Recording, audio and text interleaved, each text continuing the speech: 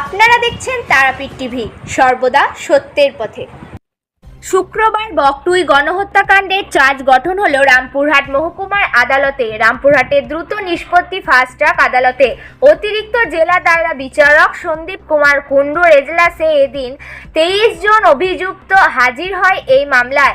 আগামী 12 এবং 13 ও সাক্ষ্য গ্রহণ এবং প্রমাণের দিনও ধার্য করেছে আদালত। 23 জন চার্জ গঠনের আসামিকে আদালতে তোলা হয়। প্রসঙ্গত 2022 সালের 21 মার্চ রাত্রে রামপুরহাট থানা 14 নম্বর জাতীয় সড়কের বকটুই মোড়ে বোমা মেরে খুন করা হয় দাপুটে তৃণমূল নেতা তথা স্থানীয় বর্ষাল গ্রাম পঞ্চায়েতের তৎকালীন উপপ্রধান ভাদু শেখকে। ভাদুর অনুগামীরা বেশ কয়েকটি বাড়িতে আগুন ধরিয়ে দেয় বলে অভিযোগ। তাতে মৃত্যু হয় 10 জনের। কলকাতা হাইকোর্টের নির্দেশে বকটুই হত্যাকাণ্ডের তদন্ত ধার পায় সিবিআই।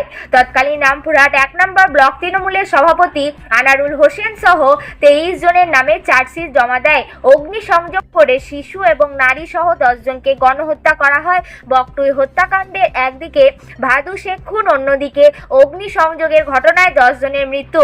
শুক্রবার সেই মামলায় চার্জ গঠন হলো রামপুরহাট মহকুমার আদালতে। বীরভূমের রামপুরহাট থেকে বৃষ্টি মণ্ডলের রিপোর্ট, তারাপীঠ টিভি। আজকে লন্ডন কোর্ট চার্জ গঠনের জন্য ব্রেন ফিক্স আপ করেছিলেন। আজকে সমস্ত আসামি লন্ডন কোর্টে প্রেজেন্ট ছিলেন। প্রত্যেকের ইংলিশকেই চার্জ গঠন করা হয়েছে। কতজন টোটাল আসামি? টোটাল আসামি 23 জন এখন প্রেজেন্ট।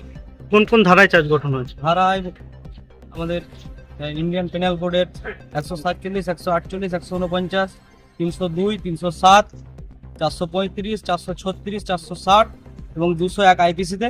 পরবর্তীকালে CBI 34 explosive substance act supplementary chargesheet হিসেবে দিয়েছিলেন। 34 এক্সপ্লোজিভ সমস্ত সেকশনেই চার্জ গঠন করা হয়েছে। আজকে কি কারো জামিনের জন্য অ্যাপিল হয়েছে? জামিনের 6 জনের আবেদন করা হয়েছিল।